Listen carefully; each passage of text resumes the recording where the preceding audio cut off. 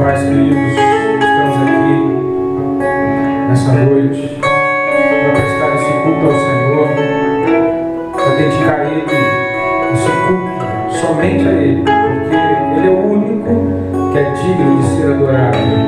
Ele é aquele que um dia nos encontrou perdido, desamparado, desabrigado.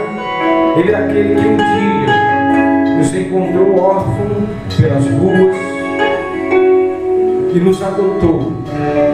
Hoje nós temos um Pai celestial, um Pai que nos ama, um Pai que demonstrou um amor imenso por nós lá na cruz do Calvário. Um Pai que não ama apenas de palavra, mas de atitude. Nós, nesse momento, vamos louvar ao Senhor, nós vamos adorá-lo, porque nós não somos mais órfãos. O Pai nos achou, o Pai nos adotou. Éramos órfãos, éramos perdidos, mas não somos mais. Ao nosso Deus, a Ele, a honra e a glória para todos sempre. Amém e amém.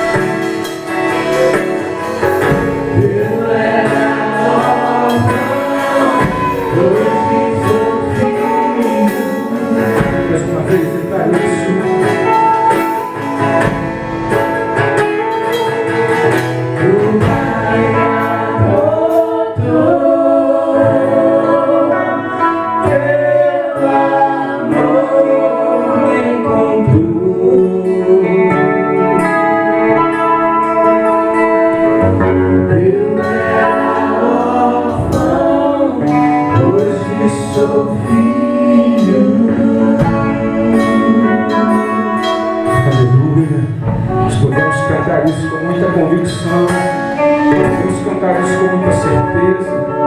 Hoje nós nos alegramos, hoje nós exaltamos ao Senhor, porque não somos mais órfãos. Ele nos adotou, Ele adotou a mim, Ele adotou você, Ele quer adotar você também, que nesse momento se encontra como órfão, perdido, sem Pai Celestial. Ele quer resgatar a tua vida, Ele quer ser o teu Pai. Então se renda e reconheça a paternidade do nosso Deus sobre a tua vida, em nome de Jesus. Aleluia. Glória a Deus. Santo é o teu nome, Jesus. Santo Senhor.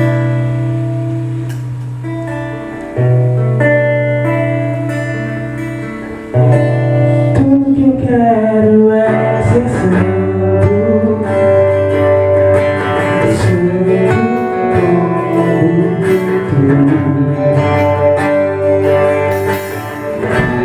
Tudo que eu quero é ser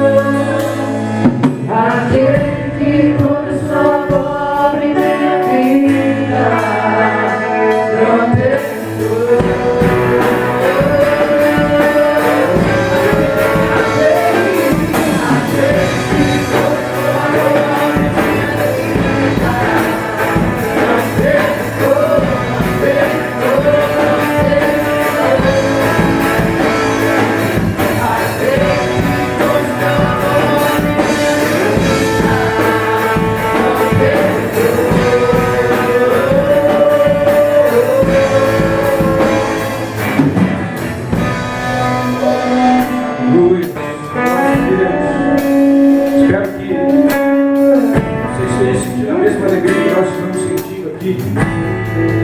É uma experiência muito legal, tudo isso que a gente está vivendo, porque estamos acostumados com espectadores, estamos acostumados com o público, estamos acostumados com pessoas assistindo os cultos aqui ao vivo junto com a gente.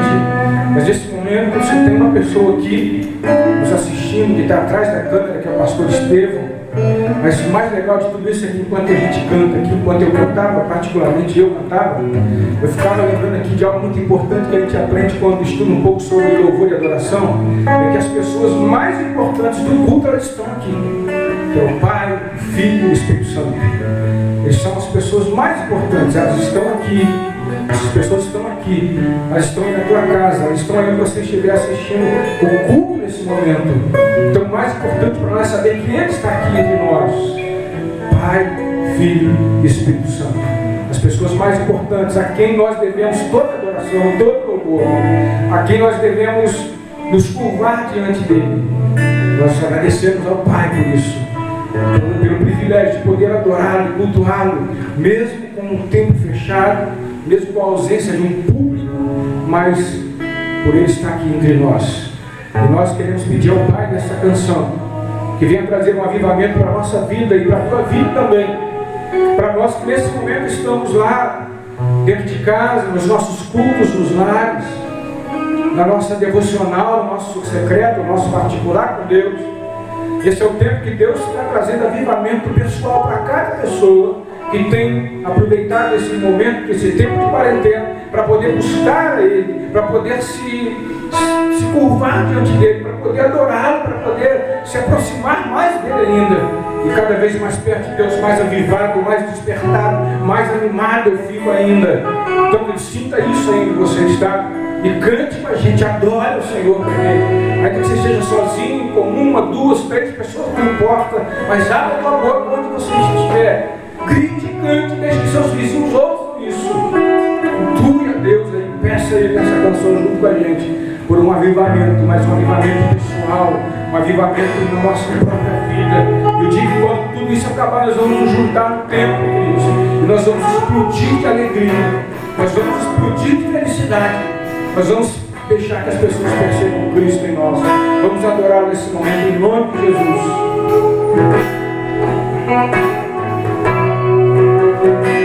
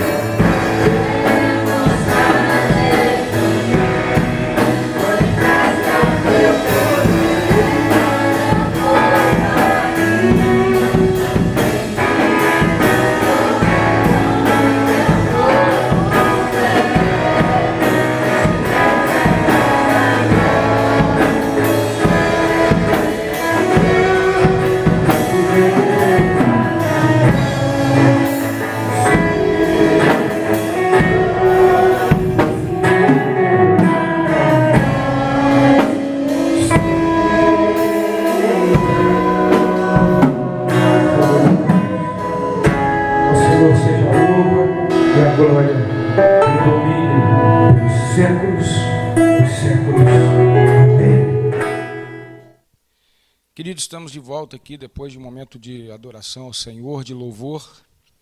E é bom a gente poder louvar ao Senhor, sempre bom poder cantar ao nosso Deus.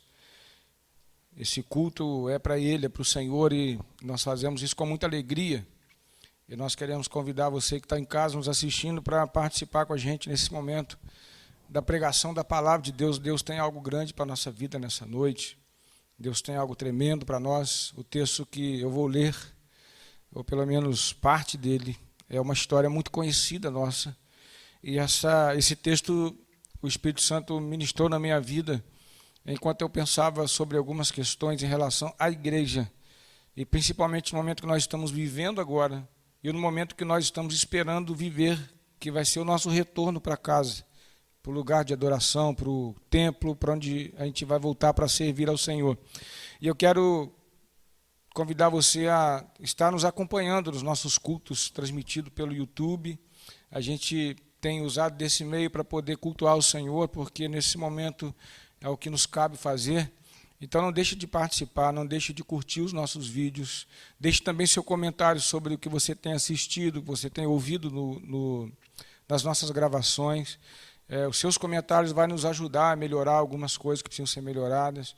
Vai nos motivar também, porque os comentários também são motivadores. Então, dá um like, se inscreva no canal e acompanhe a gente, porque a gente está sempre com coisas novas trazendo para vocês, ok? E eu quero falar um pouquinho hoje sobre duas perguntas que estão muito inquietas dentro de mim.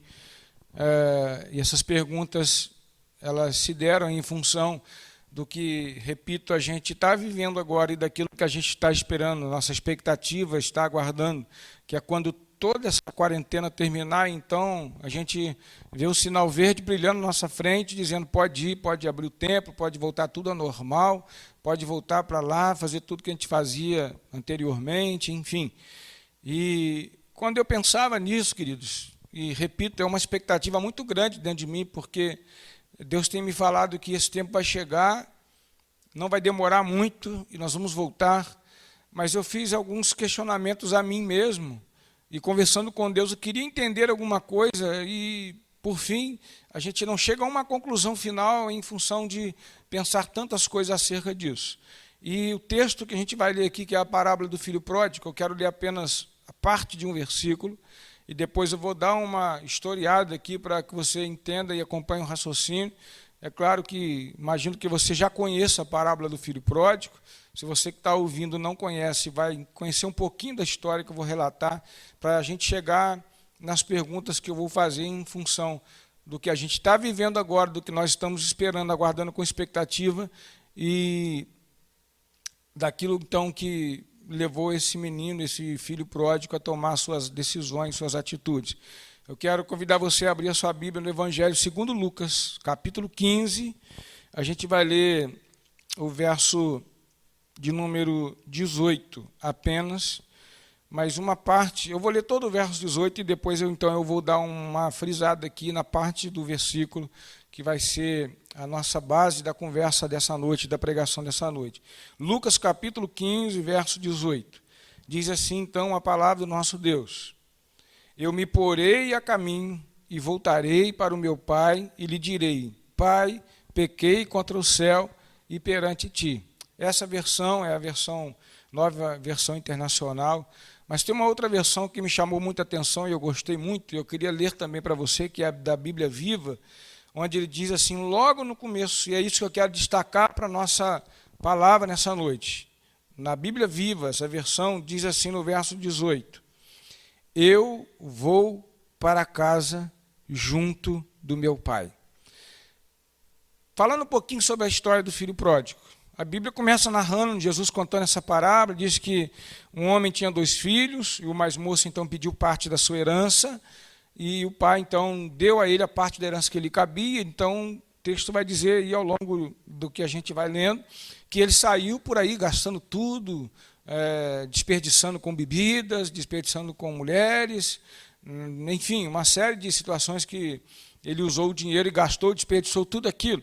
Chega um certo momento, então, na vida dele, nessa trajetória que ele mesmo escolheu para ele, e eu gosto de deixar bem claro e frisado isso, querido, Deus permite que a gente faça as nossas escolhas e que a gente viva aquilo que a gente está escolhendo para nós. Ele não interfere nas nossas decisões, porque fomos nós que escolhemos e fazemos um uso, às vezes, muito equivocado, um entendimento equivocado do livre-arbítrio. Então, ele pega o que tem, parte da sua herança, o que lhe cabia, sua parte da herança, vai para o mundo e gasta, e o texto vai dizer em algumas versões que ele gasta de modo irresponsável.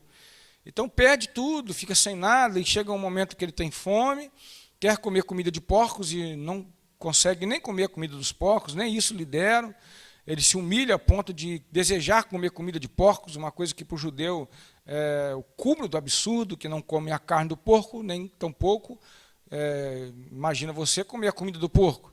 Então ele, naquele momento, não tendo mais nada, sem dinheiro, sem comida, sem amigos, ele cai em si, o texto vai dizer isso, ele cai em si e fica pensando assim, ó, lá na minha casa, os trabalhadores do meu pai, ele pensa nos servos do pai dele, nos trabalhadores do pai dele. Ele não pensa nem no irmão que ficou lá, a condição que o irmão tinha, sendo filho, como nós cantamos no culto hoje, não era órfão, ele tinha um pai que cuidava muito bem dele. Mas ele lembra, assim, de uma forma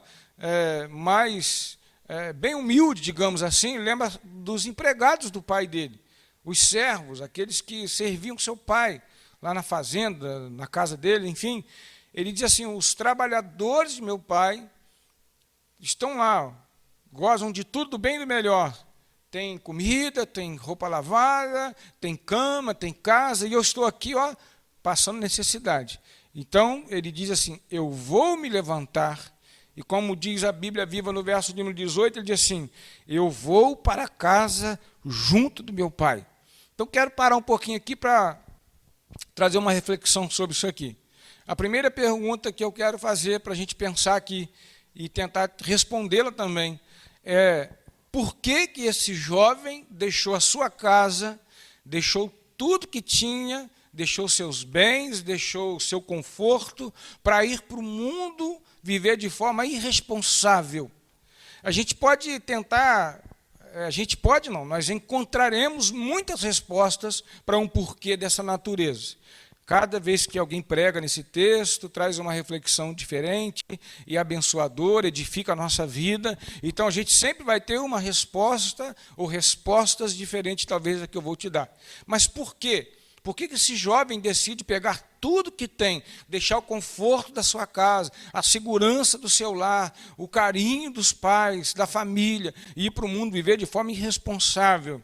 Queridos, primeiro eu entendo que, talvez como uma das respostas, é que esse jovem olhava mais para fora da sua casa do que para dentro daquilo que ele estava vivendo.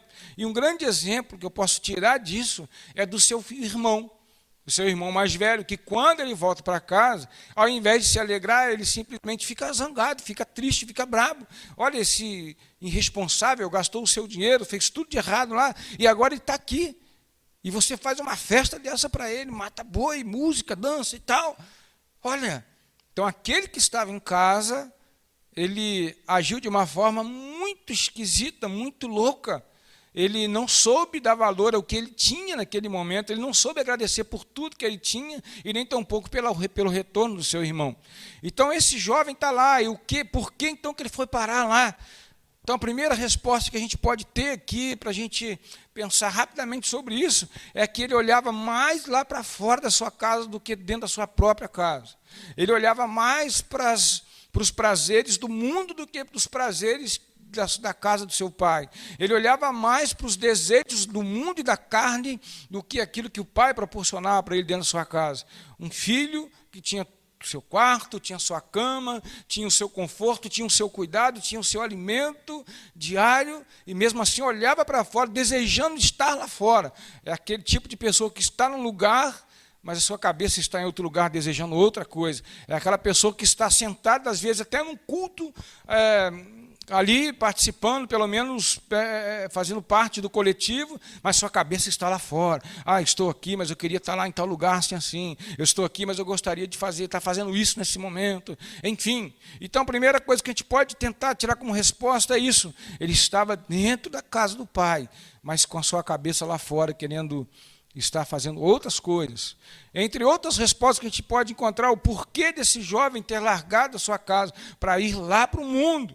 É o fato dele talvez ter procurado amizades que não ajudou ele em momento algum, amizades que o influenciou a viver uma vida fora da casa de seu pai, uma amizade que o levou a praticar coisas que eram abomináveis diante de Deus, e essas amizades acabou distanciando ele do Senhor, levando ele para longe do seu pai, levando ele para longe da sua casa, para longe da sua família. E quantas vezes que nós vemos acontecendo isso no nosso dia a dia? A gente leu uma história aqui antiga, digamos assim, não é que a palavra de Deus seja antiga, mas uma história de séculos passados, como se a gente estivesse lendo uma história tão recente, pessoas que estavam no templo, mas queriam estar lá fora, pessoas que eram irmãos em Cristo, mas ao mesmo tempo elas consideravam melhores amigos as pessoas que estão lá no mundo, que não têm nada de bom para oferecer para nós, essa é a grande realidade.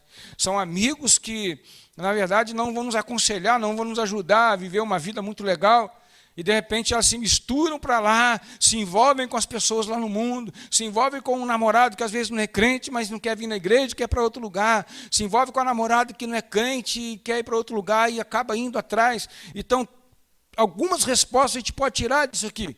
Por que esse rapaz, então, abandona tudo e vai para o mundo? Simplesmente porque ele, então, entende que não vale a pena mais viver dentro da casa de seu pai.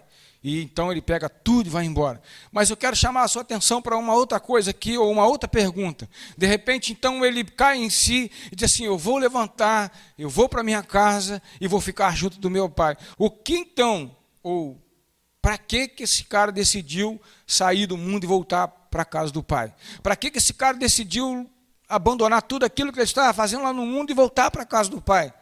A gente pode tirar um monte de perguntas aqui, de respostas, numa live que teve essa semana comigo e com a irmã Pietra.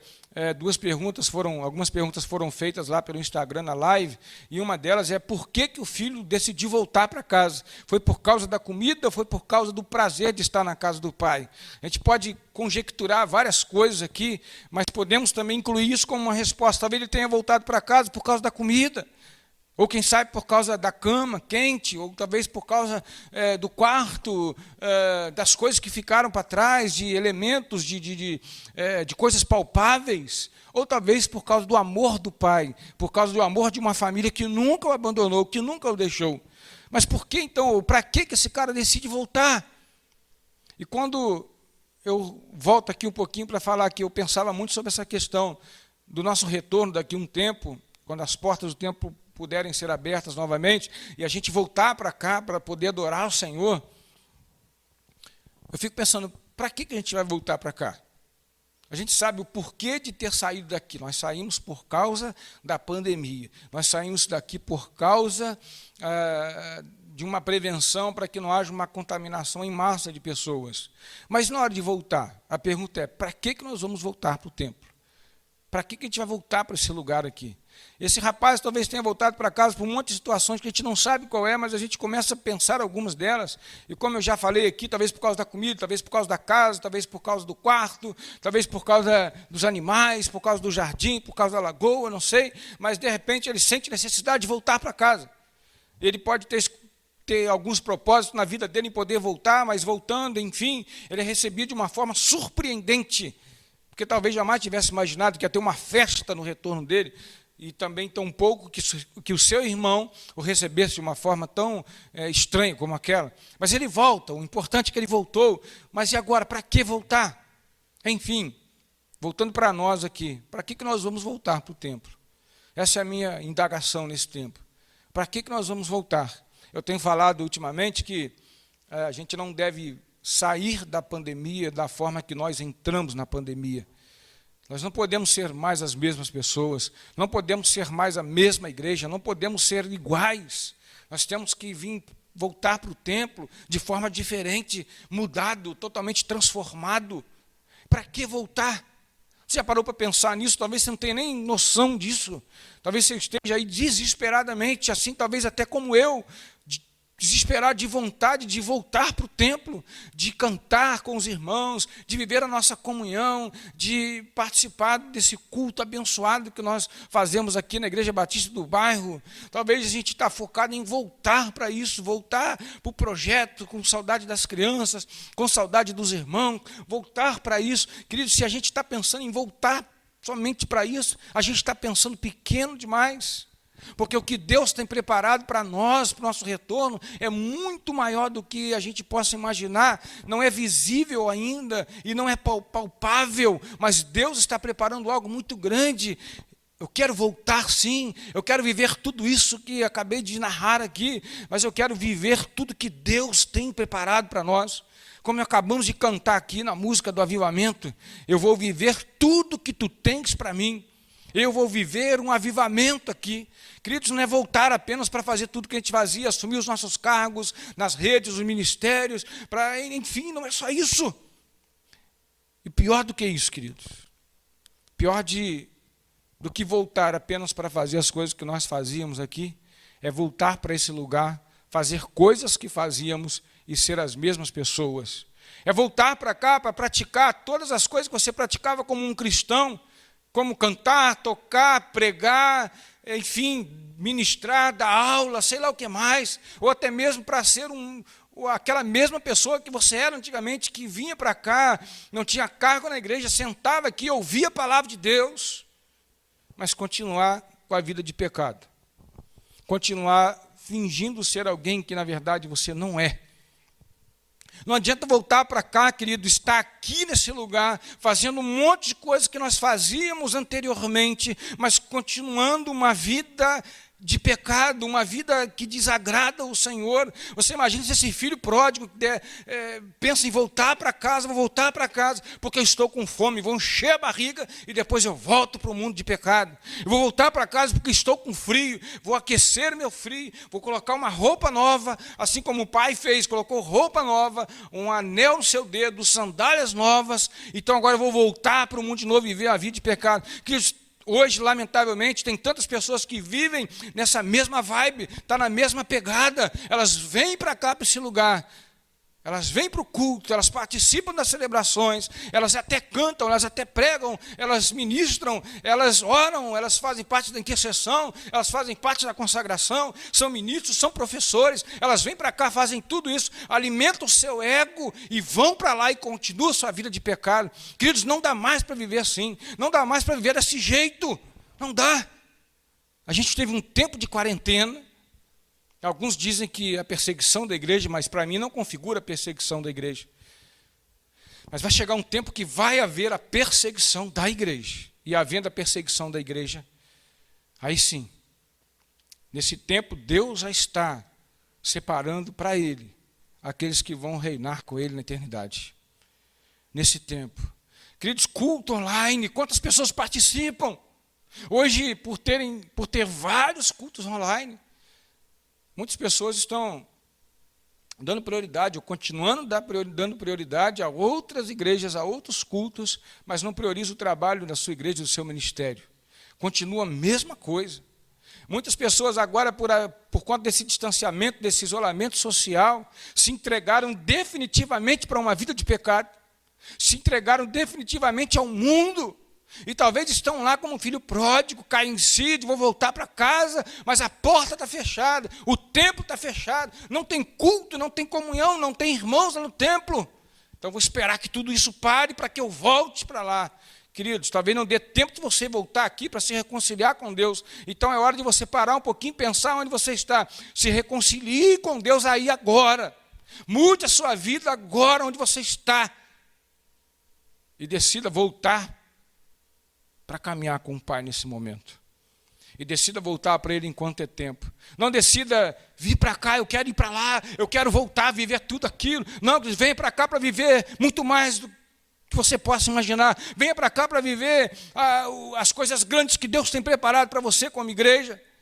Vamos falar de avivamento? Então vem para cá viver o avivamento, sim. Vem para cá viver um despertamento espiritual na tua vida. Vem para cá viver uma vida de comprometimento com Deus. Mas aproveita o tempo que você está tendo aí na sua casa. Se conserte com Deus. Se ponha diante do Senhor. Se curve diante dEle. Caia de rosto em terra nesse momento. E confesse seus pecados ao Senhor. E peça perdão a Ele.